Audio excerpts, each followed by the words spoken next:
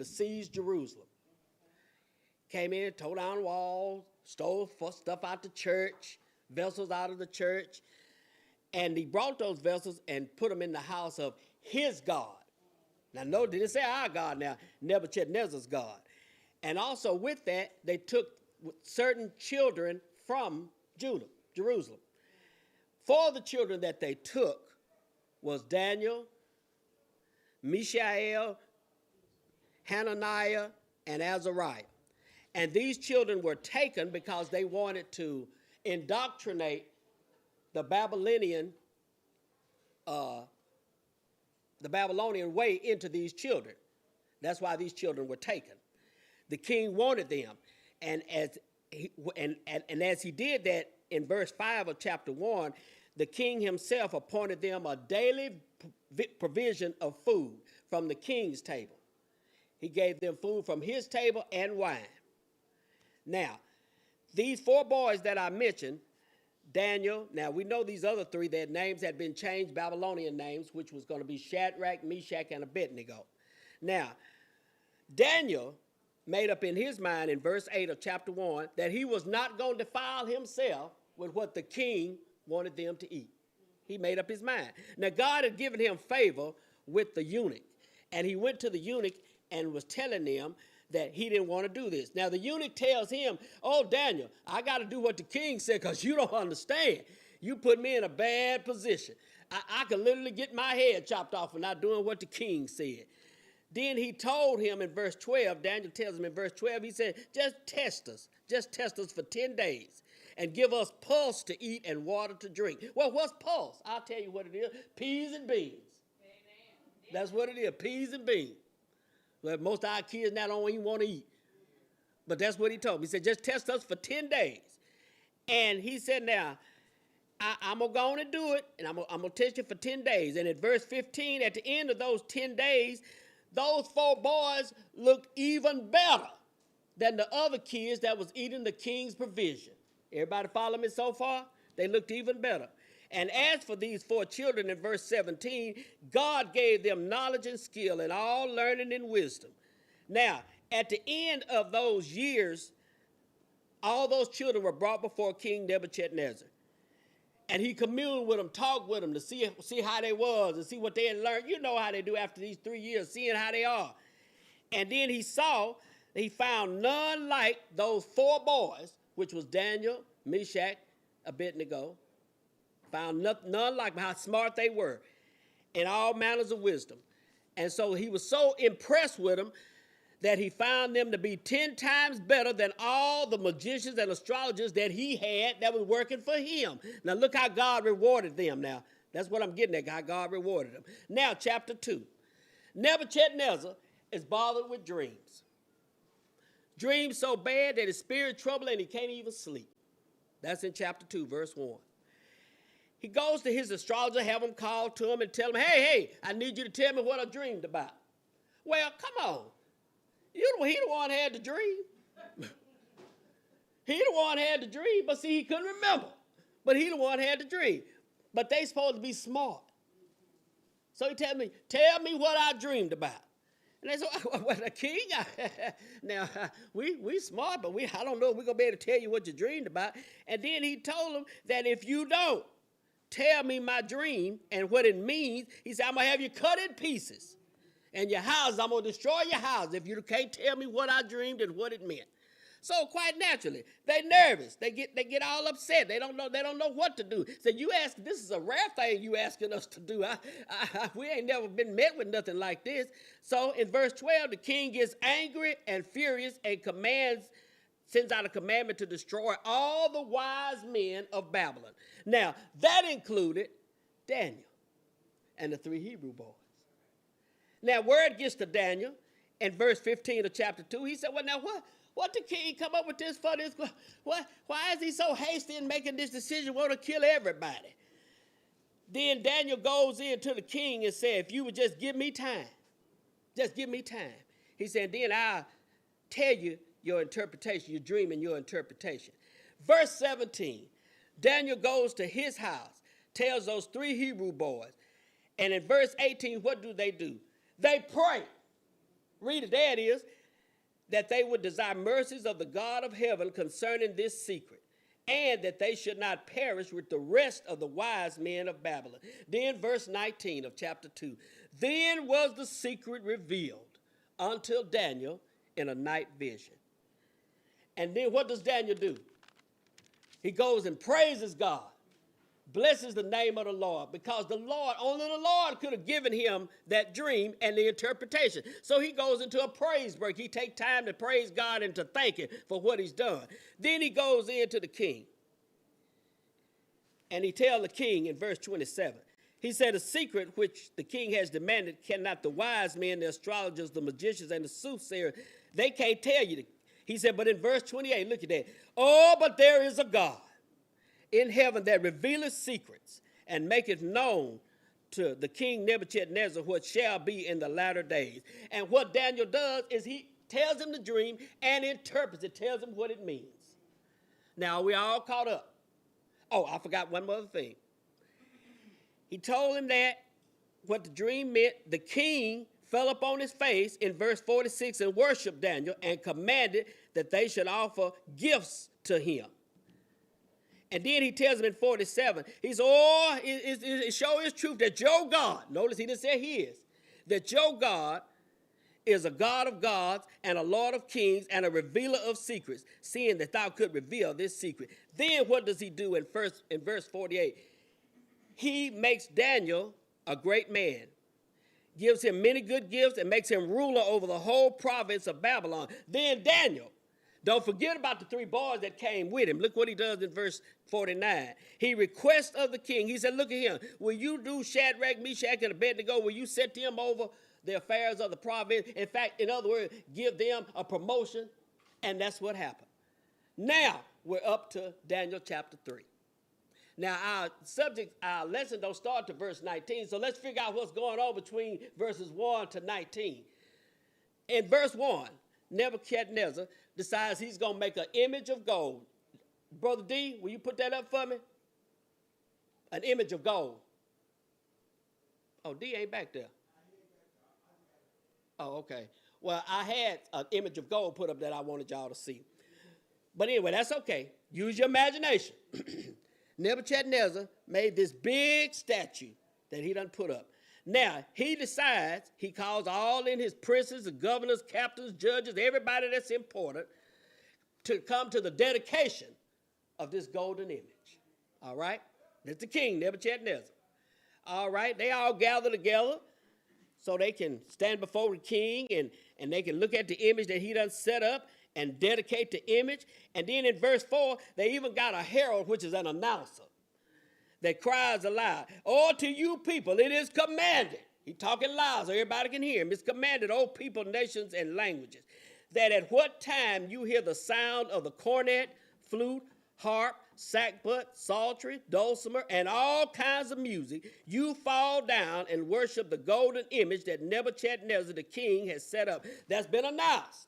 That's what you do. Anytime you hear music, I don't care what you're doing, cooking, cleaning, ironing, don't matter, tending to the baby, stop what you're doing and fall down because the music has played. That's the sign. Fall down and worship this golden image that Nebuchadnezzar has made. Everybody follow me? All right.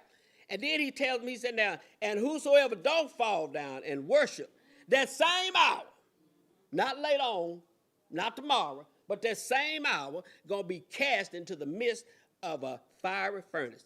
Taking risks now. Verse 7. Then at the time when everybody heard all this music, they fell down and worshiped the golden image that the king had set up. Now, you always got some folks that's watching to see what everybody else doing. Y'all know how it is. Y'all know how it is. They watching to see, and they notice. Said verse 8, certain of them came near and accused the Jews. They went to the king, and they told him, said, listen here, king, verse 10. You made this decree that whenever the music sounds, everybody's supposed to just fall down and worship. But and whoever don't fall down and worship going to be thrown into the fiery furnace. But look at here, I noticed that there's certain Jews that you done set over the affairs of the province. So he tells them who he's talking about because he knows that Daniel has and work to get them promoted. So he knows exactly who he's talking about. So he said, it come to our attention that these certain men, and I believe their name is Shadrach, Meshach, and Abednego, they act like you wasn't even talking. And they ain't serving the gods that you serve, and they didn't even worship the golden image that you set up. Folks that ain't got nothing to do with you, but they looking so they can go back and tell it. So Nebuchadnezzar in 13, he hot in his rage and fury. He said, bring him to me. I want to talk to him. Bring him to me. I need to talk to him.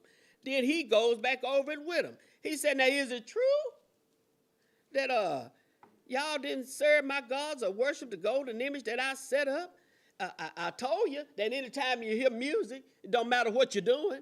You stop what you're doing and you bow down to this. I told you this.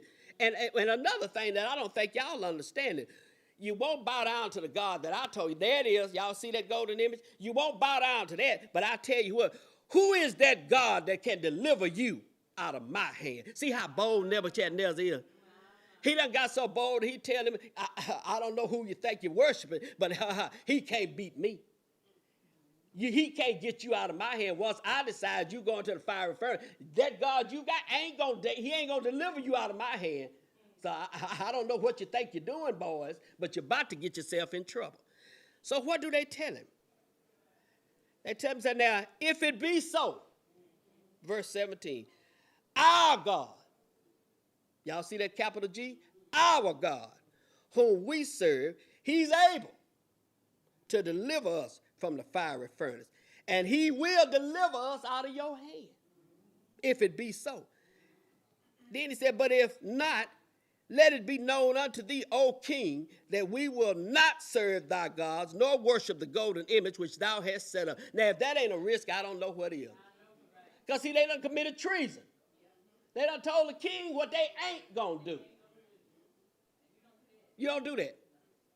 See, it ain't like it is now. You remember when you were growing up, most of us, well, I ain't know some most of us, those that's in here that's my age and older, when your mama told you to do something, how many of you told her you wasn't going to do it?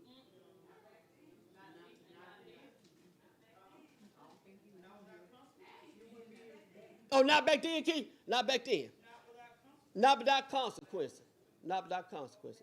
See, it's different now. It's different now. You getting up and you going to church, but I ain't gonna want to go. Well, all right then. See, it's different now. It's different now. But these boys told the king to his face what they were not going to do. Now, if that wasn't a risk taken, I don't know what it is. Let me ask you this. What kind of risk will you take? Yeah, we got to think. I know we got to think about that. I know we got to think about it. But what kind of risk will you take for him? What kind of risk are we willing to take for him? Now, had that been us, would we have fell down in worship because we scared of fire? I ain't want to get burned up. I'll just ask the Lord to forgive me later. Get on down on your knees. How many of us? I ain't want your hands up. I'm just saying. It's something to think about. How many of us would have just given in to pressure and did what everybody else did instead of standing up for our Savior? Just think about it. Because sometimes we will. Sometimes we give in to pressure. Sometimes we, come on now. If you ain't careful, here's a good example. You in Walmart. Somebody come and tell you, you see somebody and they tell you how they going through, and I'm going to sure pray for you. Well, why you got to wait till you get to the house to pray for them? Pray, you hear me, Keisha? Pray for them then. Why you got to wait till you get to the house? You don't want nobody to see you praying? Maybe some of the folks you was out with the other day won't know how come you praying because they know what you did the other day. I mean, come on. Yeah. Risk taking. But these boys told him what they was not going to do. Now, we are up to our lesson. That make sense to everybody? All right. First outline is face risk. Verses 19 through 23. Anybody, please.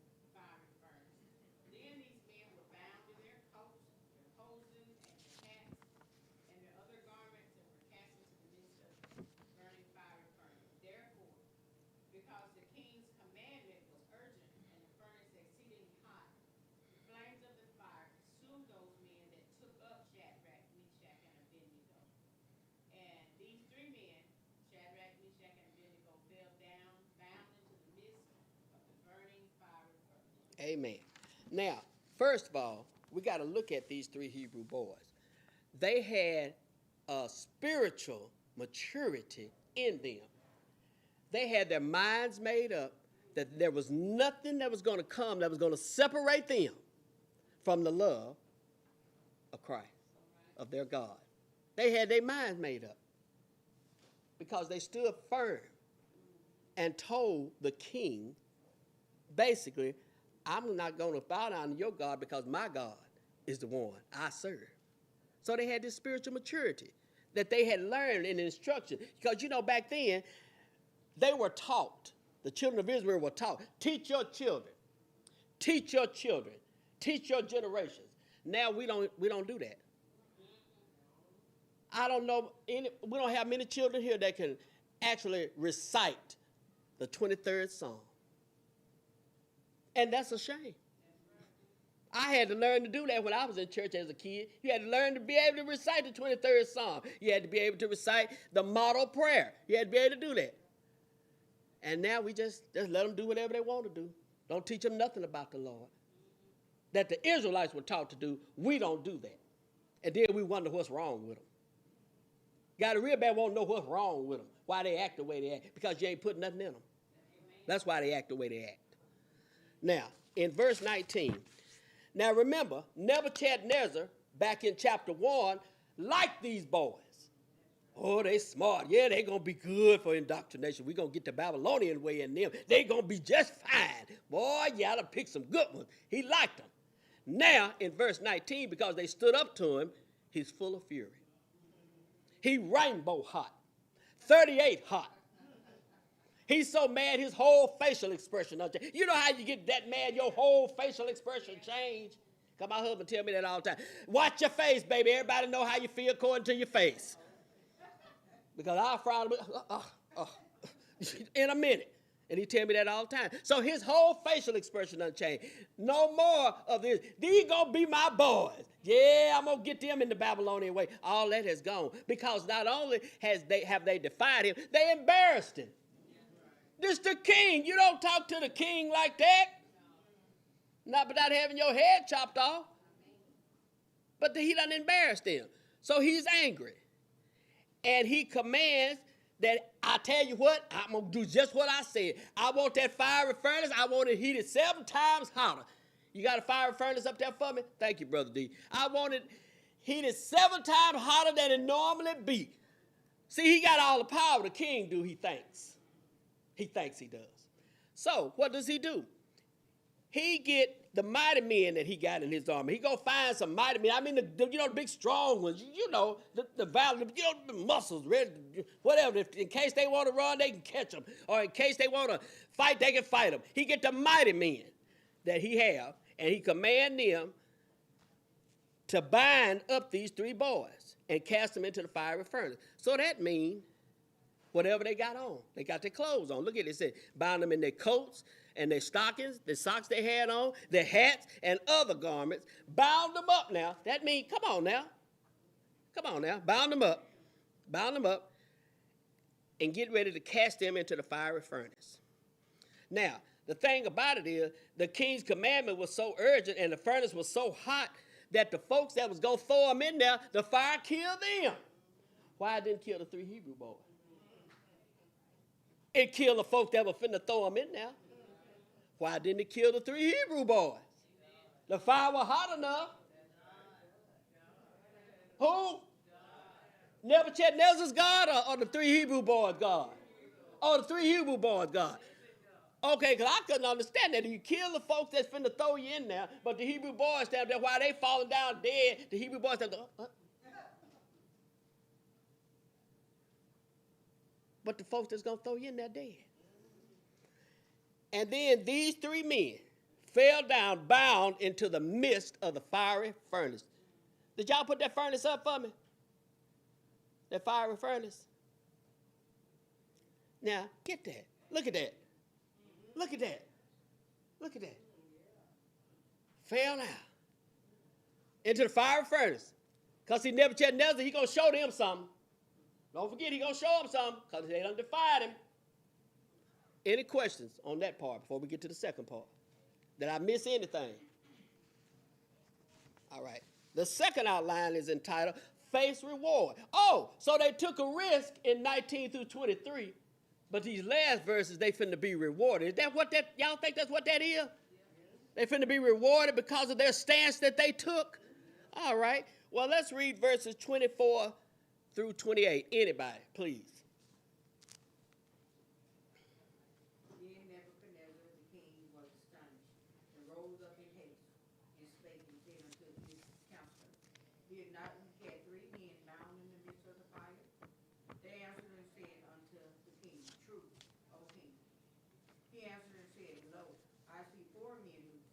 In the midst of the fire, and they have no hurt. And from the fourth is like the Son of God. Then Nebuchadnezzar came near to the mouth of the burning fiery furnace, and spoke and said, Shadrach, Meshach, and Abednego, your servants of the Most High God, come forth and come hither. Then Shadrach, Meshach, and Abednego came forth of the midst of the fire. And the princes, governors, and mountains, and the king counselors being gathered together, saw these men upon those bodies. The fire had no power, nor was an hair on their heads singed. Neither were their coats changed, nor the smell of fire had passed on them. Then Nebuchadnezzar spake and said, Blessed be the God of Shadrach, Meshach, and Abednego, who has sent his angel and delivered his servants that trusted in him. All right. Now, they in the fiery furnace. Nebuchadnezzar, the king, get up in a hurry. And he looked, talked to his counselors, and he said, now, didn't we throw 3 boys in there?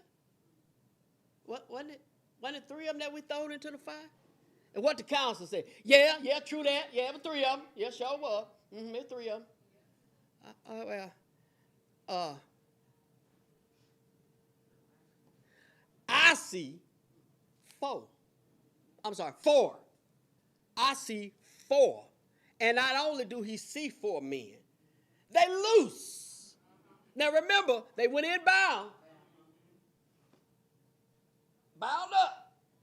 But when Nebuchadnezzar looked, he saw 1 extra, and they was all loose, walking in the midst of the fire. And they had no hurt. And then he said, in the form of the fourth one I'm looking at, looked like the Son of God. Ain't that something? Ain't that something, y'all? Ain't that something? Then verse 26, he come near the mouth of the burning fire. You don't get too close here.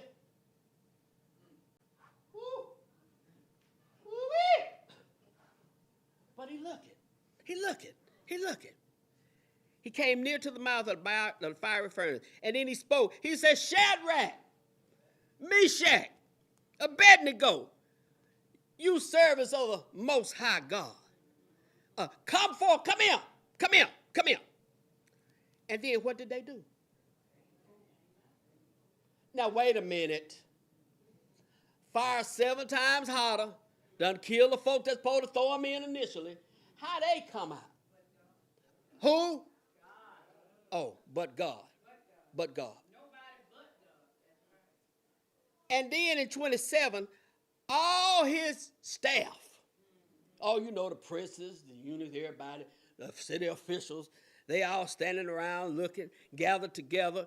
And then they look at these men upon whose body the fire had no power. Well, the hair on their head singed. Y'all remember that statement that we used to say, you can't be around the fire, don't come out smelling like smoke. Yeah, you can, because it happened here. Amen. Y'all know that old saying, you be around the fire, you're going to smell like smoke. Not here. So that means that's not necessarily true, don't it, Cut Matter? That's what that means. That ain't necessarily true. Because they was not just around the fire, they was in the fire. Not a hair on their head singed. Clothes ain't changed. You don't even smell like smoke. Nothing. Nothing. And when he commanded those same boys that were bound to come forth, they walked out. You know, hey, can y'all imagine what happened? How they were shocked. Can you imagine? Just imagine us sitting there and they walk out. What? Ooh-wee. Boy, look at the Lord. You know, those of us that don't take off running. Look at the Lord. Won't he do it? Won't he will? Y'all know how we'd be. Y'all know how we'd be. And then Nebuchadnezzar speaks and says, now listen now. Blessed be the God of Shadrach, Meshach, and Abednego. Notice, he didn't say, I'm changing and I'm going to go to him. I'm going to go to your God. He didn't say that now. But he gave their God the glory and the honor that he so richly deserved. He said, blessed be the God of these three boys, who sent his angel and delivered his servants that trusted in him. So, who was the fourth man? Hello? Who was the fourth man?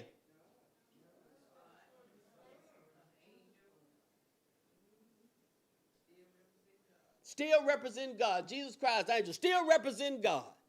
Now, where did the fourth man go? Wasn't he back? So the fourth man done his job. That's what y'all telling me? He's done his job. Go on back, because he's done his job. He's ain't he? Ooh. Won't he though? Yes, he will. He did exactly what he was supposed to do. Showed just the power of who our God really is. And I'm going to tell you something. We may not be cast in a fiery furnace today, literal, but you got your own little fiery furnace that you're dealing with. Y'all know that Stan Nita always say everything. You know, we all go through. And you got something that's like a fiery furnace to you that you're going through. Oh, but our God, this same God that delivered those three Hebrew boys, will deliver us. And we can come out of the fire and the smoke and don't be smelling like it, don't be looking like it, hair ain't singed, clothes ain't messed up. That's the kind of God we serve. And he will bring us through no matter what it is. All you got to do is put your trust in him. And get out the way and let him have it. See, we got a bad habit of, I'm up here talking, I'm going to just give it to you, Lord. I'm going to give it to you. Till we leave out. Then something happen at the house. And before you know it, you done took it back out of God's hands. And guess what he'll do? He'll get out the way and let you have it. He'll get out the way and let you have it. Oh, you want it back? And watch us make a complete idiot out of ourselves, trying to fix something that we should have gave to him in the first place. And left it there. You know, when you go through illness or something, when people, take myself, you know, when I had my aneurysm stroke, and my own father said, oh, she ain't gonna make it and stuff. But you know, when we going through, it seemed like you're not gonna make it. But look at God. Look at God. Look at God. Yeah, I don't care what kind of illness you go through, if it's not your time and God is with you, he's gonna bring you out. Yes, he will. Yes, he will. Yes, he will bring you out of that fiery furnace. And I tell you, you'll come out, you won't be smelling like no smoke either. You won't look like what you've been through. Y'all, you won't look like what you've been through.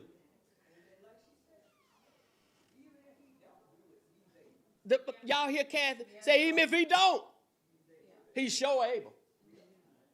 Even if he don't. Mama on her deathbed, you want her to stay here. Even if he take her, don't mean he couldn't have kept her if he wanted to. Y'all hear me? I've seen folks go on hospice, the jobs I do. I've seen them go on hospice, and I've seen them be taken off hospice, and they still be living. That's the kind of God that these three Hebrew boys is talking about. Daniel, that's the kind of God we need to be talking about. Now look at verse 29 in chapter 3. Said the king, he done come up with a new decree. He'll come up with a new one. Because he can do that. He can. He can do that. He said, every people, nation, and language which speak anything amiss or anything that ain't right against the God of Shadrach, Meshach, and Abednego shall be cut in pieces. And their houses shall be made of dunghill. Gonna tear your house down. You ain't gonna have nothing.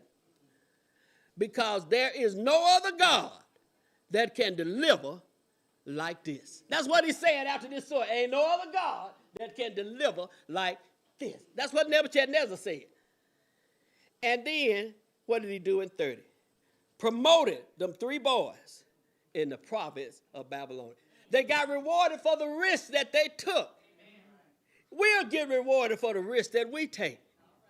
But we got to take them. You got to stand outside the box sometime. When everybody else saying we all do this, we all do that, we all do this, we all do that, and you know it's wrong, take that risk and stand up. Take that risk and stand up and say, no, I'm not going to do that. Oh, everybody else here, I understand what everybody else doing. I'm not going to do it. And watch him reward you. Watch him reward you. How many of you done took risks and been rewarded? You know he'll do it. He will do it. He's important enough for us to take risks. Y'all hear me? He's important enough. If we love him like we say he do, now don't get me wrong, I don't want nobody to come in here and shoot up the church. I don't want that. But if it happened and you with him, do you know where you going? You going with him. You're going to be with him. I don't want that to happen. But if my soul is right in him, if my soul is right in him, and I'm willing to take that risk, and let's say the government coming in and say, you better not call on his name. How many of you going to sit here?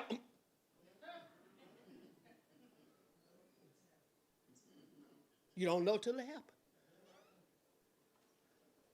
But is he worth the risk?